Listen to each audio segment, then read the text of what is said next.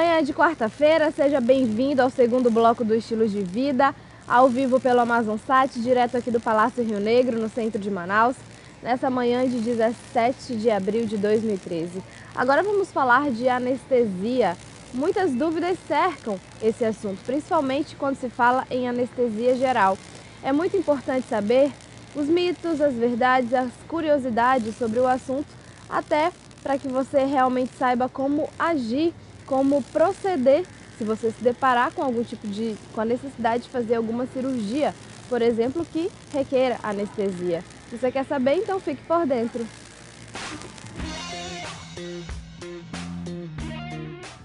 Aqui no Estilo de Vida, o anestesista Wellington Briglia já está aqui com a gente para tirar todas as dúvidas relacionadas a esse tema.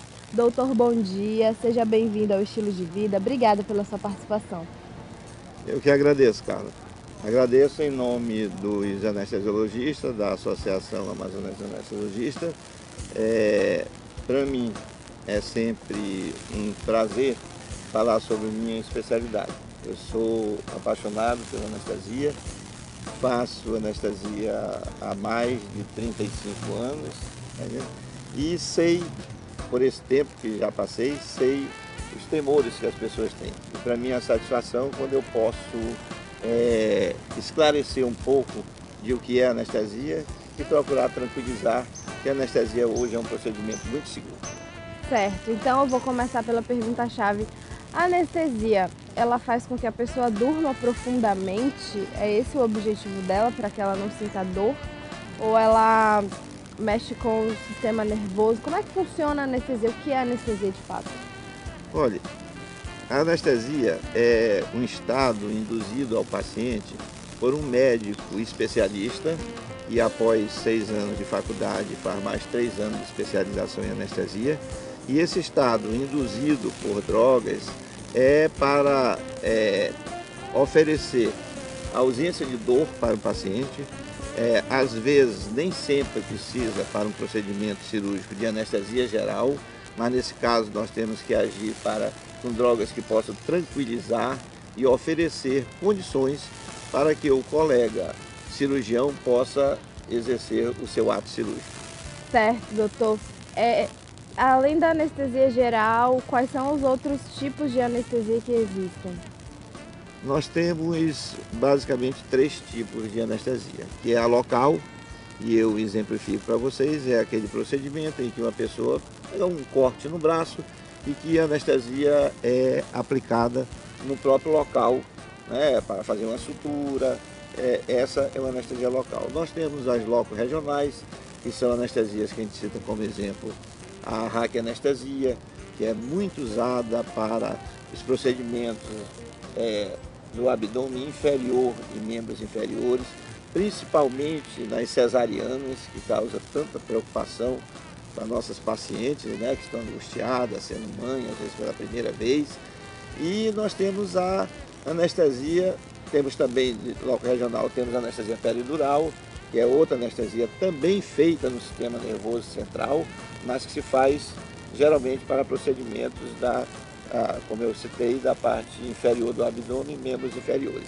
E temos a anestesia geral, que é a anestesia mais tradicional e que geralmente causa mais medo, porque é aquela em que você tira a consciência do paciente, tira a dor do paciente, tira os movimentos do paciente. Então a pessoa fica com muito medo, porque aí vem o desconhecido, né? Você está tirando do paciente, você está tirando o estado de fisiologia normal de funcionamento do organismo. E como você disse, interfere no coração, no pulmão, no sistema nervoso central, no cérebro, tudo interfere. E aí é fundamental, está entendendo? É a presença, como em todos os outros procedimentos, a presença constante do médico anestesiologista na cabeceira do paciente. Durante todo o processo cirúrgico. Durante todo o processo cirúrgico. Às vezes a gente pensa que o procedimento anestésico é feito e aplica-se a injeção e para. Sim. Não é assim. Você fica do lado do paciente, o anestésio fica por 1 hora, 2 horas, 3 horas, porque ele tirou todo, ele alterou todo o mecanismo de funcionamento do organismo. Então ele é responsável pelo aquele paciente. Ele é responsável pelo funcionamento do pulmão, do coração, do cérebro, dos rins, e ele tem que ficar olhando, controlando o tempo todo em que o paciente está anestesiado. Ele é o primeiro a chegar para o ato cirúrgico e é o último a sair. Durante esse tempo de acompanhamento, como que a anestesia consegue fazer isso? Quais são esses medicamentos usados? E eu gostaria de saber também quais são os reais riscos da anestesia. Uma das grandes preocupações que o paciente tem é que ele venha acordar durante o ato anestésico, o ato cirúrgico, ou que ele não acorde após o procedimento. O tempo de anestesia ele é proporcional ao tempo da cirurgia. Se precisar de 2 horas, 3 horas, ali você fica na cabeceira do paciente. E é feita uma dosagem. E você vai fazendo várias dosagens. Quando é uma anestesia que se usa muito hoje, a venosa total, a anestesia é feita praticamente só através de medicamentos na veia. E você vai repetindo doses de medicamento. Temos alguns aparelhos que nós chamamos de bomba de infusão, que você bota o anestésico naquela bomba e ele vai soltando aquelas quantidades e você vai controlando através da pressão, da frequência cardíaca, a quantidade de anestésico que você precisa dar. É muito raro, é muito difícil que um paciente venha a acordar durante o ato cirúrgico. Isso aconteceu várias vezes no passado, porque nós tínhamos a monitorização do paciente, o acompanhamento do paciente era muito deficitário. Desses anos que eu venho fazendo anestesia, a maior evolução que teve da anestesia foi na monitorização. É o que nós chamamos o acompanhamento da quantidade de oxigênio do sangue, a quantidade de gás carbônico que está sendo expelido pelo pulmão, a frequência cardíaca, o eletrocardiograma. Então, tudo isso nós temos um computador que é ligado ao paciente para fazer todo esse procedimento. Acho que a dúvida maior, o senhor falou que é muito raro de acontecer, mas se por acaso acontecer, o paciente vai sentir, ele vai ver, ele vai estar meio assim grogue, popularmente falando? Geralmente, o que o paciente informa para a gente é que ele escutou alguma coisa. Dor é muito difícil, dor é muito difícil. Às vezes, o nível de consciência, nós temos um aparelho hoje, que é o BIS, né? É um aparelho simples que é colocado aqui na testa do paciente, que ele dá a interpretação das ondas cerebrais e te diz o nível de consciência e o nível de anestesia que o paciente está. Então isso é uma segurança muito grande. No passado, não. O paciente às vezes acordava e relatava. Acontece de uma paciente que se submete a uma cesárea, que ela fica consciente, porque nós evitamos dar o mínimo de droga possível para essa paciente, porque se você injeta a droga, pode passar para o bebê. Então, aí que é a indicação, a grande indicação da raquianestesia, porque é uma quantidade de anestésico pequeno, limitado e que não vai para a criança, mas a paciente fica acordada. Às vezes, depois que o neném sai, se a paciente estiver um pouco angustiada, você faz uma sedação e ela dorme. E às vezes ela acorda daquela sedação, meio desorientada e diz que escutou alguma coisa, mas ela está com anestesia, geralmente da cintura para baixo, que é a raquianestesia, e ela não está sentindo dor. Tá. Ela às vezes percebe algum... E a pessoa acorda e depois ela volta a dormir? Como é que é esse processo? Você pode, se você nota que a sua sedação, nesse caso de uma cesárea, está muito superficial, você aumenta um pouco a dosagem, faz mais um pouco de anestesia, que geralmente é feito na veia, é um tranquilizante, e aprofunda mais um pouco, ela dorme. A maioria das vezes não precisa. A parturiente só tem uma coisa interessante. Quando a criança nasce, ela chora, como toda mãe. Mas é o choro mais sublime, mais bonito que eu já vi. É muito lindo você ver uma mãe chorando com a criança encostada no seu rosto. É muito bonito. E depois daquilo, ela, pela angústia que ela teve, pelo medo, e que ela vê a criança nascer normal, bonita, aquilo que ela esperou 9 meses, que é um período muito longo, só mãe, só mulher aguenta isso, o homem não tem essas condições, ele nunca teria.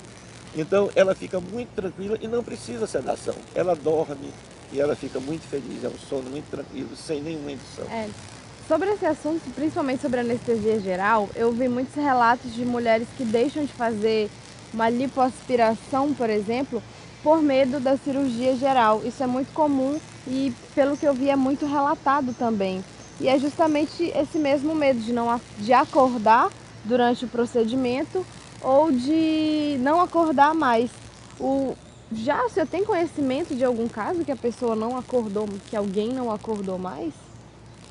Olha, a paciente que se submete a uma cirurgia plástica, que foi a sua pergunta, é uma paciente completamente diferente. Certo. Ela é completamente diferente. Primeiro que ela não é uma pessoa doente, ela é uma pessoa sadia que geralmente está procurando fazer a estética, uma alteração de uma parte do corpo com quem ela não se relaciona bem, né? Isso é válido, é certo, é um direito da pessoa, né? Então, essa pessoa é diferente porque ela não é doente. A repercussão por não ser uma pessoa doente é muito maior quando acontece qualquer acidente, né? Porque quando você pega um paciente politraumatizado, um paciente que pegou um tiro lá pela Zona Leste, um paciente que chega num estado crítico e que você não consegue recuperar esse paciente, você começa o procedimento e às vezes ele vem a óbito, né, porque ele perdeu muito sangue, porque não dá para o cirurgião reparar aquele dano causado, pegou um grande vaso do tórax, é um sangramento intenso, não dá tempo de repor aquele sangue e vem a óbito, é completamente diferente de uma pessoa que entra sadia e vai se submeter a uma cirurgia. Pode ter acidente? Pode ter, mas é muito raro. Hoje a anestesia é muito segura. Os colegas que trabalham com anestesia para cirurgia plástica sabem de todo esse fator complicante e tomam todos os cuidados necessários. Então a anestesia hoje é muito segura e é muito difícil, mas pode acontecer. A pessoa pode ter uma reação que não pode ser, vamos dizer, como as pessoas usam normalmente, teve uma alergia ao anestésico. Não é bem uma alergia ao anestésico. É uma alergia, você pode ter de uma dipirona, né? Você pode ter um choque anafilático. Qualquer medicação pode. E você não pode fazer testes para que prever isso. O que você pode antecipar o que pode acontecer. Se é uma paciente que vai submeter a cirurgia, que diz que é asmática, que tem alergia, várias alergias, você já vai agir com medicações antes do procedimento que possa fazer uma profilaxia de todas essas complicações. E perguntas sobre anestesia relacionada à cirurgia plástica é o que mais se vê por aí, por isso eu fiz questão de fazer esse tipo de pergunta para realmente esclarecer, que esse é o nosso objetivo aqui, doutor. Eu vou falar um pouquinho mais sobre a anestesia geral, porque acho que ela é a que mais causa dúvidas. Como ela é aplicada? Como é realmente o processo? O paciente passa por algum tipo de preparação? Como é que funciona realmente? Como é o pós? Olha, a anestesia, ela hoje nós temos que preparar o paciente, né? Preparar o paciente para a anestesia. Então, na visita pré-anestésica ou na consulta pré-anestésica, se pergunta tudo que o paciente tem. Se ele tem alergia, se ele toma quais medicações que ele toma. Às vezes a pessoa é estranha se a gente pergunta se faz uso de drogas ilícitas, mas nós temos que saber, porque todas essas medicações, elas interferem com a medicação que nós vamos aplicar no paciente, né? Então, a preparação hoje é fundamental que o paciente conheça antes do ato o seu anestesista, para que possa conversar e para junto com ele e junto, levando em consideração o que vai ser feito pelo cirurgião, possa escolher o melhor tipo de anestesia para cada caso. É comum sentir algum tipo de formigamento no momento da cirurgia, porque eu conheço pessoas que fizeram determinadas cirurgias e sentiram formigamento e dormiram. formigamento é totalmente normal. O que chama de formigamento, às vezes, é muito comum isso quando nós fazemos anestesia para um procedimento de uma cesariana. Quando nós fazemos uma raquianestesia, na fase em que a raquianestesia nós pegamos uma quantidade de anestésico local e introduzimos no sistema nervoso central, na parte da costa da paciente, aquela anestesia que faz na costa, você injeta e o anestésico entra em contato direto com as fibras nervosas. Antes da fixação total da anestesia, vem uma fase de parestesia e de formigamento. Algumas pacientes, em vez de ficar nervosa com isso, começam a rir, porque é tipo uma coceira mesmo. Então tem esse formigamento. Às vezes, no pós-operatório, como você introduz uma agulha no sistema nervoso central, as fibras nervosas estão ali dentro do líquido cefalorraquidiano, e o líquido pode ir em contato com a fibra, ou a própria agulha tocar na fibra, pode ser que no pós-operatório a pessoa fique com a área da perna com um certo formigamento, uma certa sensibilidade exagerada, mas que depois recupera. Então, na anestesia geral, isso não acontece. A pessoa geralmente entra em plano através, que você fez a pergunta, antigamente era feito inalação, a gente chama. Botava uma máscara no passado, bem passado, com éter. Eu sou tão antigo na anestesia que ainda fiz anestesia com éter, né? Hoje em dia nós não usamos mais o éter para anestesia. Mas botava máscara e aquilo era horrível, porque custava entrar em plano, dava uma sensação que estava sendo sufocado. Às vezes o que contribuía era que aquela máscara, aquele aparelho como o Obedrane, fazia com que a pessoa inalasse muito CO2, mais do que o oxigênio necessário. Dava uma angústia muito grande e você entrava em plano de inconsciência.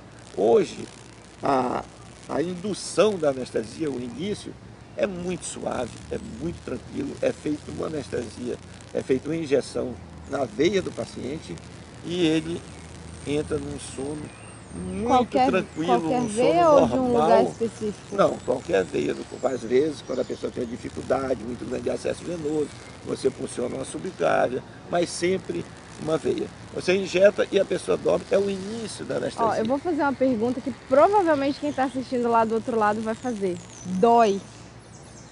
Não. A anestesia não dói. A anestesia é para não doer. Pois é, mas no momento da aplicação da anestesia. Não. Porque quando a pessoa chega com a gente, está submetendo, ele já vem feita a punção venosa. Às vezes já é feito.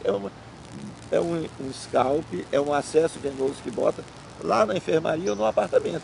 É uma injeção normal, já vem com aquilo e com o soro. É no soro, na borrachinha do soro, na via de acesso ali, que a gente introduz o anestésico. Não tem mais dor. Quando ele vai se submeter a uma loco regional, uma peridural ou uma RAC, que as pessoas têm muito medo da dor da anestesia na costa, dói menos do que a anestesia no braço, na mão. Porque a anestesia, a punção venosa, geralmente é com agulha grossa, porque tem que passar soro dentro, em grande quantidade, às vezes. Então, é uma agulha de metal cercada por um plástico que você introduz, depois tira o metal, fica só o plástico. Quando é na RAC, a agulha hoje é muito fina a que você faz na costa. Dói menos do que a injeção no braço, mas o conceito popular é que aquela anestesia na costa dói, até porque alguém já deu uma olhadinha assim e viu. A agulha é grande. É uma agulha grande, porque você tem que chegar até o seu nervoso central. Mas é muito fininha, muito fina e a dor é mínima. Não tenham medo da anestesia. A anestesia não é para causar medo, é para tirar dor, é para dar tranquilidade, é para dar segurança. O anestesista é o seu anjo da guarda. Ele vai estar do seu lado. E doutor Wellington, tem como falar para a gente após quanto tempo da aplicação da anestesia se começa a fazer efeito e após quanto tempo do término da cirurgia o efeito vai sumindo? Olha, isso depende da anestesia que você faz. Se você faz uma anestesia geral, você começa com a indução venosa e depois a anestesia geralmente é feita através do pulmão. Por um tubo que vai para o pulmão, entra um gás junto com o oxigênio que a gente respira, vai para o pulmão, do pulmão cai no sangue, vai para o cérebro e faz anestesia. Seria esse o princípio básico.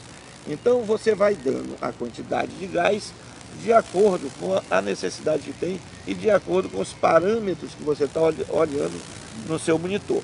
Se a pressão está caindo muito, você diminui um pouco a anestesia, a frequência cardíaca aumentou, que são os batimentos cardíacos, você acha que está superficializando, você abre mais um pouco a quantidade do gás. Se for uma anestesia venosa total, você aumenta o poder de infusão da bomba. Então você vai controlando. Quando a anestesia está para terminar, você começa a ir diminuindo a quantidade de anestesia. Agora, a metabolização dos anestésicos depende também muito da pessoa e do estado que a pessoa se encontra. As pessoas obesas geralmente têm uma recuperação mais lenta, né? A pessoa que não é obesa tem uma recuperação mais rápida.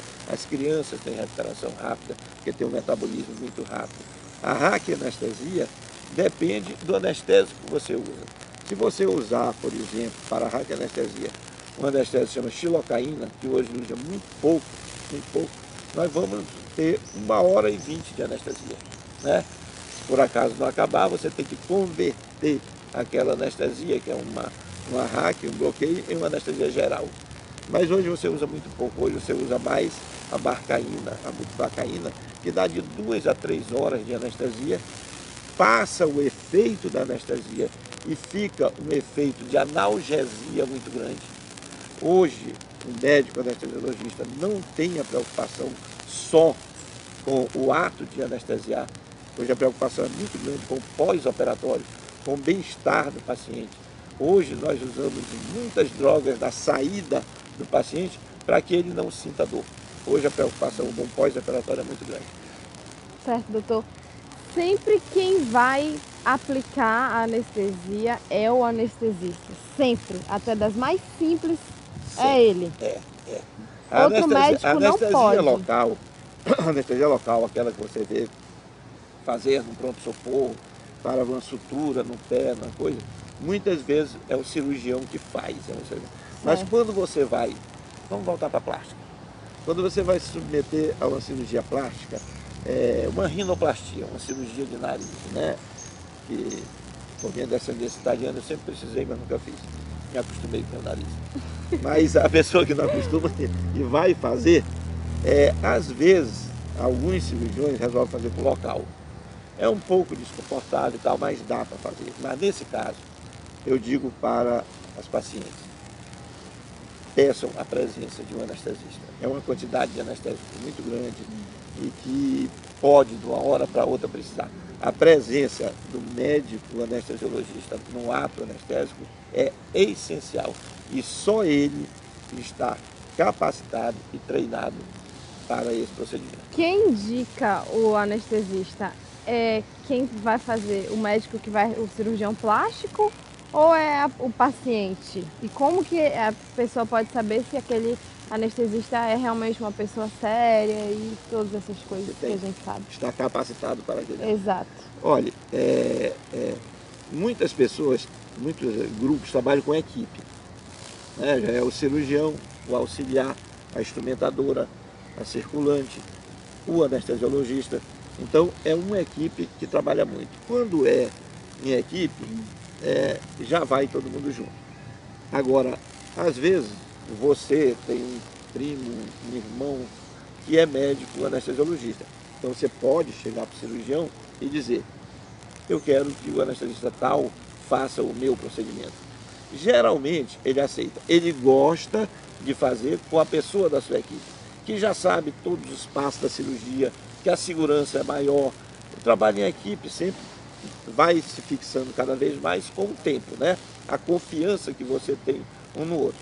Isso não impede de que a paciente possa pedir. Agora, uma coisa é certa, você pode sempre perguntar do seu cirurgião quem é o anestesista.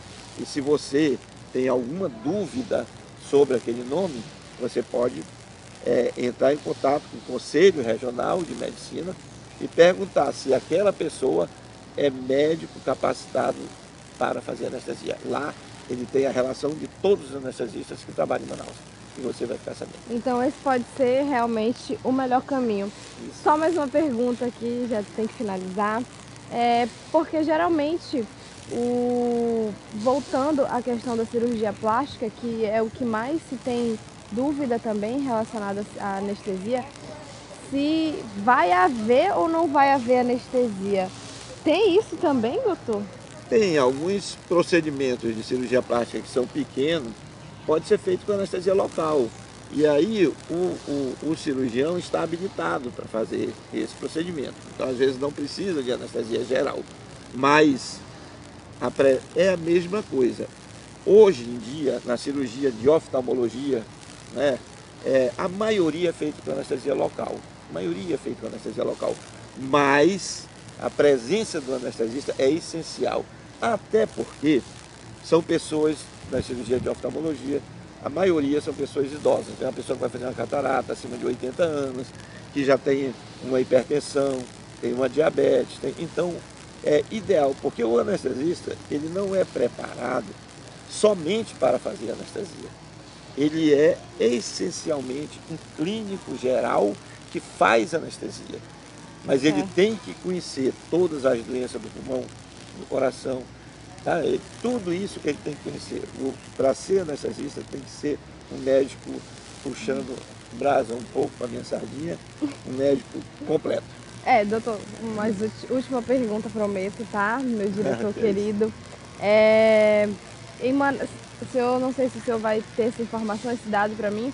Existem quantos anestesistas em Manaus?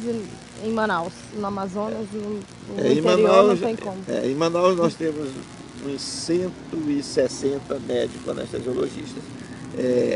Na minha empresa, na empresa para a qual eu trabalho e eu fundei, que era a Cooperativa dos Médicos Anestesiologistas, foi a primeira cooperativa de anestesia fundada, depois veio de cirurgia, de ortopedia, todas as outras. Hoje nós temos uma outra empresa que é a Associação dos Anestesiologistas do Amazonas. Nós temos 146 anestesistas, então, quase 90% dos anestesiologistas, mais de 90%, estão dentro da empresa. E na nossa empresa, se você fosse ser submetido a um procedimento de anestesia e souber que essa pessoa é da cooperativa, pode ter consciência, certeza que é uma pessoa capacitada. Só entra na nossa empresa quem é médico anestesiologista com título e com residência feito pela Sociedade Brasileira de Anestesiologia. Ok, então, doutor Wellington, muito obrigada pela sua participação aqui no Estilo de Vida. Eu deixo o senhor à vontade para suas considerações finais, rapidinho, tá? E bom dia, obrigado de verdade. Agradeço mais uma vez e quero dizer para vocês, não tenham medo. Nós somos o anjo da guarda de vocês e a nossa cooperativa. Final desse ano deve estar inaugurando um centro muito importante e que vai dar mais qualidade para a anestesia no estado do Amazonas. Ali na Airão 766, onde tem a nossa sede, nós vamos fazer lá um consultório de anestesiologia para que todas as pessoas que vão submeter a um ato cirúrgico possam ir e fazer uma consulta antes com o anestesista para saber o que vai acontecer. Será associado também tratamento de dor, né? Hoje é muito comum, nós temos a Sociedade de Dor, que é ligada à Sociedade Brasileira de Anestesiologia. Nós vamos ter lá também nesse centro a acupuntura e provavelmente também um acompanhamento das pessoas que hoje, para a qualidade de vida, acompanhamento do idoso, aquelas pessoas na sua...